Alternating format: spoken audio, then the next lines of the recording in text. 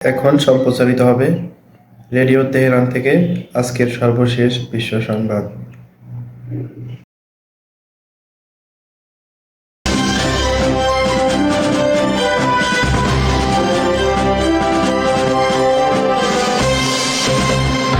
শুরুতে জানিয়ে দিচ্ছি সংবাদ শিরোনাম।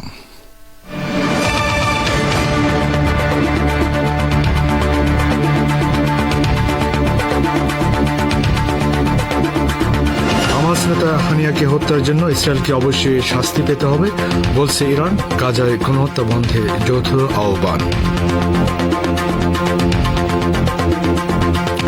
ইসরায়েল সমস্ত রেড লাইন অতিক্রম করেছে, হাসান নাসরুল্লাহর মন্তব্য। বড় হামলার জন্য হিজবুল্লাহকে হামাসের অভিনন্দন। ফারাক্কা বাঁধের সব গেট খুলে দিয়েছে ভারত। বাংলাদেশের পশ্চিম ও মধ্যাঞ্চলের বেশ কয়েকটি জেলায় বন্যার আশঙ্কা। এবং ভারতীয় নির্বাচন কমিশনের তালিকায় ভুল। জম্মু কাশ্মীরে 44 আসনের তালিকা প্রত্যাহার, 15 আসনে প্রার্থী ঘোষণা বিজেপির।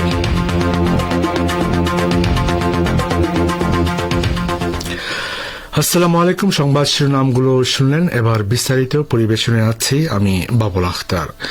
তেহরানে হামাস নেতা ইসমাইল হানিয়ার গুপ্ত হত্যার জন্য ইহুদিবাদী ইসরায়েলকে অবশ্যই শাস্তি দেওয়া হবে বলে আবারও ঘোষণা করেছেন ইরানের পররাষ্ট্রমন্ত্রী সৈয়দ আব্বাস আরাকচি।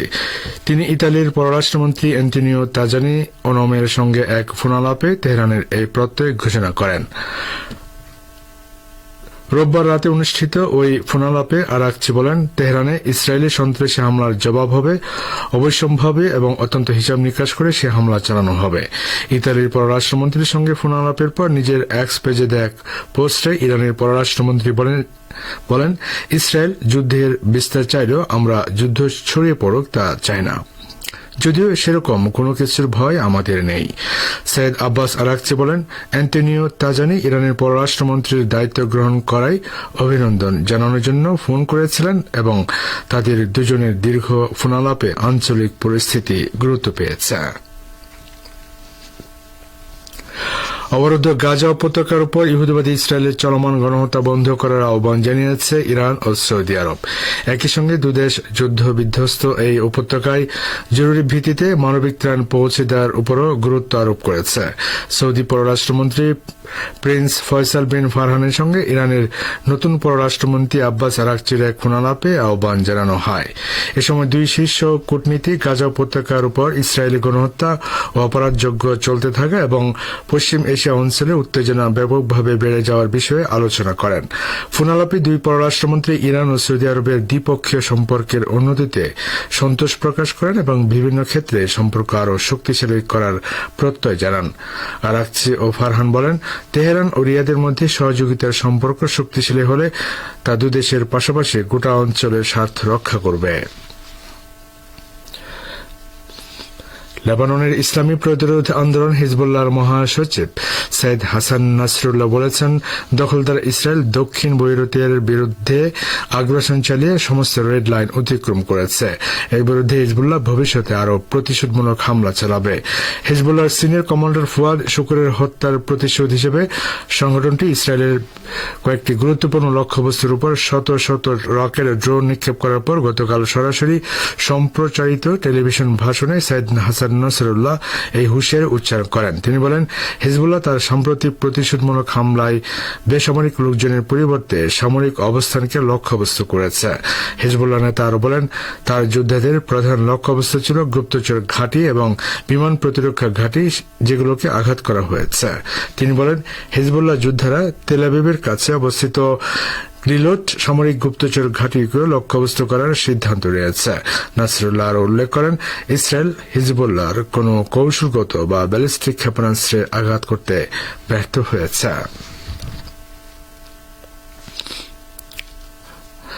ইহুদিবাদী ইসরায়েলের উপর গতকাল বড় ধরনের অভিযান চালানোর কারণে হিজবুল্লাহকে অভিনন্দন জানিয়েছে হামাসের সামরিক শাখা আল কাসাম ব্রিগেড।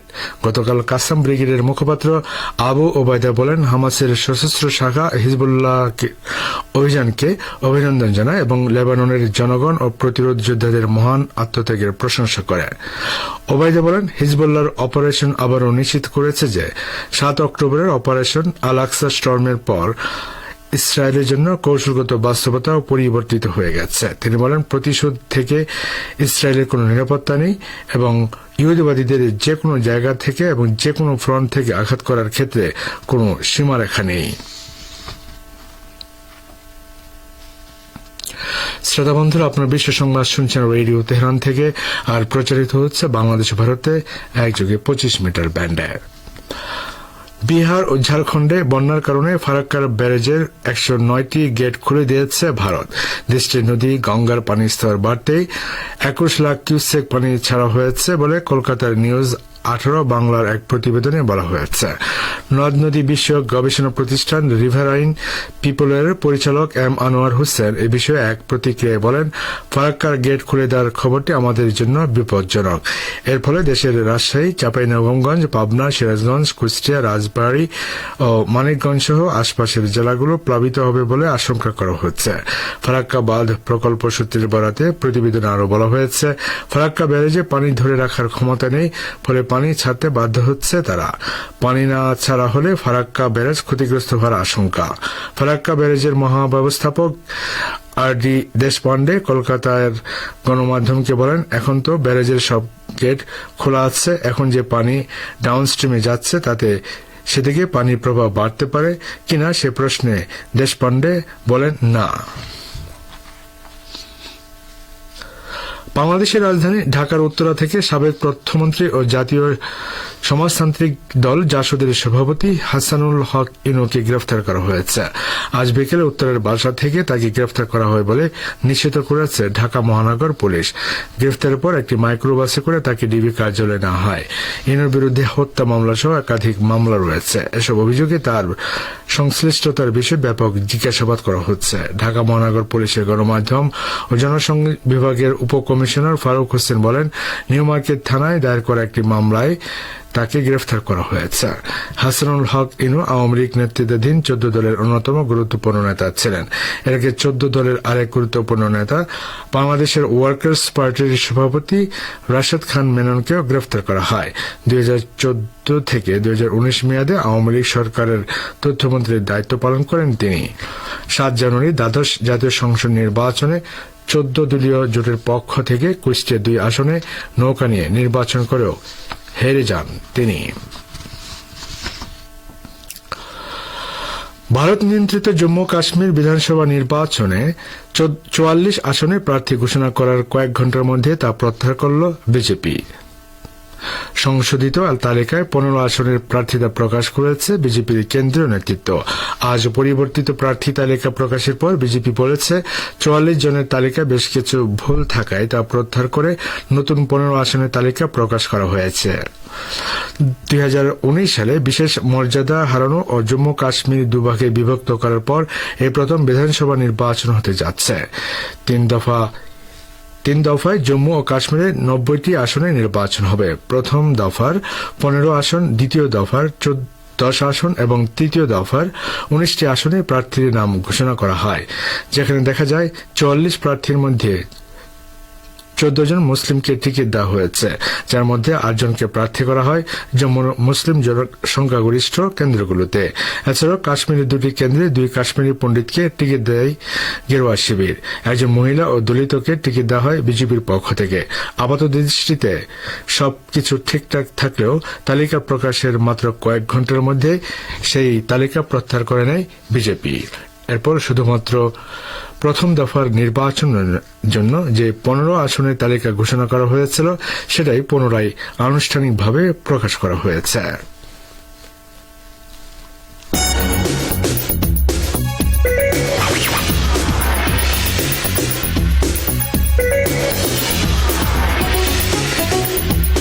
রেডিও তেহরান, খবরের সঙ্গে 24 ঘন্টা।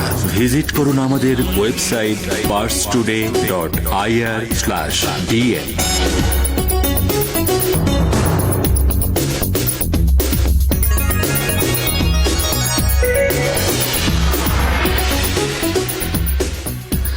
সংক্ষিপ্ত বিরতির পর আবারও ফিরছি বিশ্ব সংবাদে।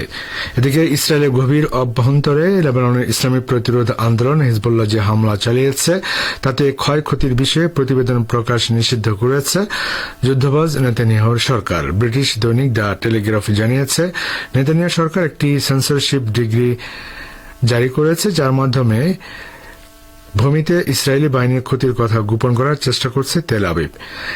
ডিক্রি অনুসারে কৌশলগত অবকাঠামো বা সামরিক ঘাঁটিতে রকেট হামলার ক্ষতির তথ্য প্রকাশ করার আগে সাংবাদিকদের অনুমতি নিতে হবে। রাষ্ট্র নিয়ন্ত্রিত ব্রিটিশ মিডিয়া বিবিসি জানিয়েছে, লেবাননের ইসলামী প্রতিরোধ আন্দোলন হিজবুল্লাহর মহাসচিব সৈয়দ হাসান নাসরুল্লাহ ইসরায়েলের বিভিন্ন লক্ষ্যবস্তুতে রকেটের আঘাতের প্রমাণ উপস্থাপন করবেন বলে আশা করা হচ্ছে। হামলার কয়েক ঘণ্টা পর লাইভ সম্প্রচারিত এক টেলিভিশন বক্তৃতায় নাসরুল্লাহ বলেন, ইসরায়েলের বিরুদ্ধে যে প্রতিশোধমূলক অভিযান চালানো হয়েছে তার ক্ষয়ক্ষতি ঢাকতে মরিয়া হয়ে উঠেছে নেতানিয়াহু সরকার। ফিলিস্তিনের অবরুদ্ধ গাজা উপত্যকায় ইসলামী প্রতিরোধকামী যোদ্ধাদের হামলায় ইহুদিবাদী ইসরায়েলের আরও 2 সেনা নিহত হয়েছে। সম্প্রতি ফিলিস্তিন প্রতিরোধ যোদ্ধারা ইসরায়েলের বিরুদ্ধে প্রতিশোধমূলক হামলা জোরদার করেছে। ইসরায়েলি সামরিক বাহিনী গতকাল জানিয়েছে, গাজায় নতুন করে যে 2 সেনা নিহত হয়েছে তাদের একজন স্টাফ সার্জেন্ট পদমর্যাদার এবং অন্যজন মাস্টার সার্জেন্ট। তাদের 2 জনের মধ্যে একজন খান ইউনুস শহরে এবং অন্যজন গাজা সিটিতে নিহত হয়। তারা দুজনে প্রতিরোধ যোদ্ধাদের বোমার বিস্ফোরণে নিহত হয়েছে। গাজার যুদ্ধ শুরুর পর থেকে ইহুদিবাদী ইসরায়েল এ পর্যন্ত তাদের 702 জন সেনা নিহত হওয়ার কথা স্বীকার করল। এদিকে শনিবার নিহত ইসরায়েলের 6 সেনার দাফন সম্পন্ন হয়েছে গতকাল।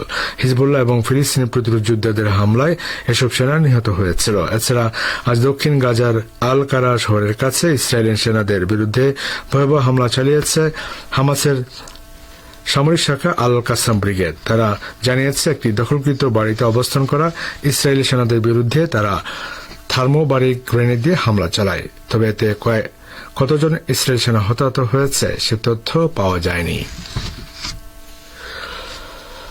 ইসলামী প্রজাতন্ত্র ইরানের প্রেসিডেন্ট ড মাসুদ পেজেশকিয়ান তার প্রথম বিদেশ সফরে ইরাক যাবেন। কয়েকটি সূত্রের বরাদ্দে ইরানি গণমাধ্যম গতকাল এ খবর প্রকাশ করেছে।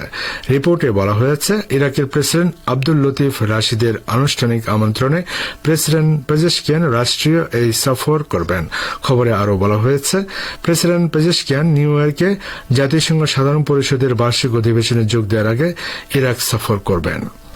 প্রেসিডেন্ট হিসেবে নির্বাচিত হওয়ার পর ড পেজেশকিয়ান প্রতিবেশী এবং মধ্যপ্রাচ্য মুসলিম দেশগুলোর সাথে সম্পর্কের উন্নয়নকে বিশেষ গুরুত্ব দেবেন বলে ঘোষণা করেছিলেন। শ্রোতা বন্ধুরা, আর একই সঙ্গে শেষ করছি রেডিও তেহরান থেকে বিশ্ব সংবাদ। সঙ্গে থাকার জন্য অনেক অনেক ধন্যবাদ।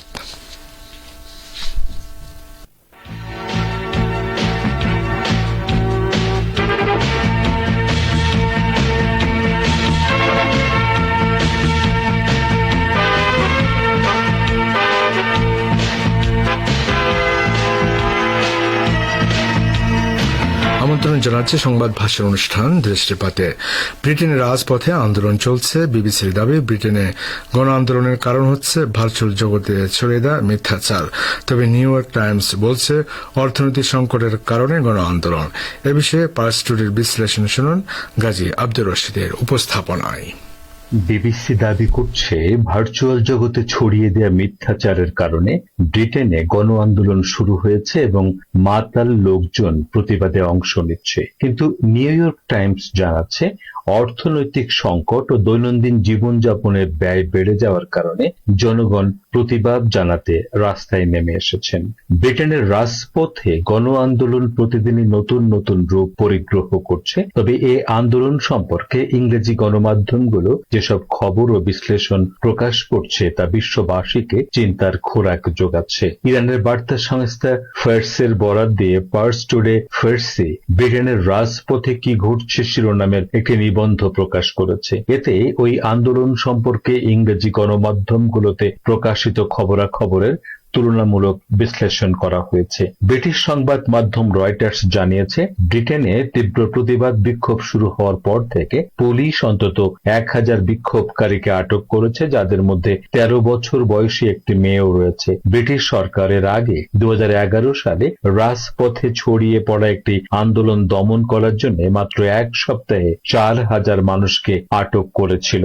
ব্রিটিশ সরকার ও তার অর্থে পরিচালিত গণমাধ্যমগুলো, বিশেষ করে বিবিসি, দেশটির রাজপথে ছড়িয়ে পড়া আন্দোলনকে এভাবে তুলে ধরার চেষ্টা করছে, উগ্র ডানপন্থী দুষ্কৃতকারীরা ভার্চুয়াল জগতে ছড়িয়ে পড়া মিথ্যাচারে প্রভাবিত হয়ে ধ্বংসাত্মক তৎপরতা চালাচ্ছে। বিবিসির সংবাদদাতা দাবি করেছেন, অনলাইনে ছড়িয়ে পড়া মিথ্যা তথ্য পরিস্থিতিকে আরো নাজুক করে তুলেছে। দাঙ্গায় উস্কানিদাতারা সামাজিক মাধ্যম ও বিভিন্ন মেসেঞ্জার অ্যাপ ব্যবহার করে ঘৃণা ছড়াচ্ছে এবং বিক্ষোভের সময় ও স্থান ঘোষণা করছে। দুষ্কৃতকারীরা অভিবাসীদের পাড়ায় মহল্লায় হামলা চালাচ্ছে। প্রধানমন্ত্রী স্টারমার দাঙ্গাকারীদেরকে উগ্র ডানপন্থী দুষ্কৃতকারী বলে অভিহিত করেছেন। বিবিসির সংবাদদাতা প্রতিবাদ বিক্ষোভ সম্পর্কে আরো বলেছেন, উগ্র ডানপন্থীদের মধ্যে রয়েছে গণহত্যাকারী নাৎসিরা এবং সরকার তাদেরকে সন্ত্রাসী বলে অভিহিত করেছে। তারা সমাজকে ধ্বংস করে ফেলতে চায়। দাঙ্গাকারীদের একাংশ ছিল দুষ্কৃতকারী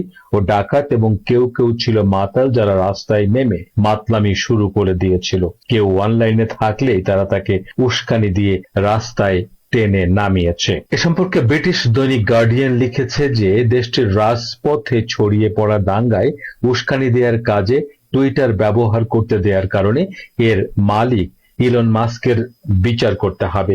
গার্ডিয়ান আরেক খবরে লিখেছে, রাজপথে ছড়িয়ে পড়া বিক্ষোভ দমন করতে আইন শৃঙ্খলা রক্ষাকারী বাহিনীর 6000 সদস্য মোতায়েন করা হয়েছে। ওদিকে মার্কিন দৈনিক নিউ ইয়র্ক টাইমস এক প্রতিবেদনে লিখেছে, জনসেবা ব্যাহত হওয়া এবং জীবনযাত্রার ব্যয় ভয়াবহ রকম বেড়ে যাওয়ার কারণে রাজপথে প্রতিবাদ আন্দোলন ছড়িয়ে পড়েছে। এ সম্পর্কে নটিংহাম বিশ্ববিদ্যালয়ের রাজনৈতিক ইতিহাসের বিশিষ্ট অধ্যাপক প্রফেসর ডক্টর স্টিফেন ফিল্ডিং দৈনিক নিউ ইয়র্ক টাইমসকে বলেছেন, দীর্ঘদিন ধরে অর্থনৈতিক মন্দার মধ্যে থাকা ব্রিটেনের কিছু অংশে এই দাঙ্গা সংগঠিত হয়েছে। ব্রিটেনের দাঙ্গা দমনে প্রধানমন্ত্রী স্টারমারের দীর্ঘ অভিজ্ঞতা রয়েছে বলে জানিয়েছে নিউ ইয়র্ক টাইমস। এটি লিখেছে, 2011 সালে যখন স্টারমার সিনিয়র সরকারি কৌঁসুলি ছিলেন, তখন দাঙ্গাকারীদেরকে ধরে ধরে সংক্ষিপ্ত বিচারের মাধ্যমে বিভিন্ন মেয়াদে কারাদণ্ডের ব্যবস্থা করেছেন। নিউ ইয়র্ক টাইমসে প্রকাশিত খবর অনুযায়ী প্রধানমন্ত্রী স্টারমারের সাবেক chief of staff Mrs Claire Ainsley এ সম্পর্কে বলেছেন, বিক্ষোভ মিছিলে অংশগ্রহণকারী সবাইকে অভিবাসী বিদ্বেষী বলে চিত্রায়িত করা ঠিক হবে না। মানুষের অর্থনৈতিক সমস্যার উন্নতি হলে এবং তাদের সামাজিক মর্যাদা নিশ্চিত হলে উগ্র ডানপন্থীরা তাদেরকে উস্কানি দিতে পারবে না। কিন্তু ব্রিটেনের অর্থনীতির যে অবস্থা, তাতে অদূর ভবিষ্যতে তেমন ভালো অবস্থা সৃষ্টি হবে বলে মনে হয় না। এতক্ষণ যারা আমাদের সংবাদটি শুনলেন, সবাইকে অসংখ্য ধন্যবাদ। আমাদের নিয়মিত ভিউয়ার যারা আছেন, তাদের 82% ভিউয়ার্স এখনও আমাদের চ্যানেলটি সাবস্ক্রাইব করেননি। সো যারা আমাদের চ্যানেলটি এখনও সাবস্ক্রাইব করেননি, দয়া করে সাবস্ক্রাইব করে দিন এবং নিয়মিত আমাদের পাশে থাকবেন আশা করি। ধন্যবাদ সবাইকে।